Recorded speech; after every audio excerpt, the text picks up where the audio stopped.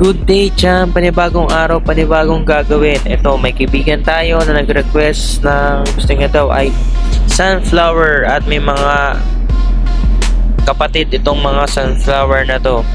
So ito, gumawa tayo colorful na sunflower sa kanyang braso. Ang sunflower nga pala guys, mga idol, ay ang meaning nito ay positively strength, loyalty, and pursuit ng happiness. So after ilang minuto, ito na yung tattoo na nagawa natin para sa kanya.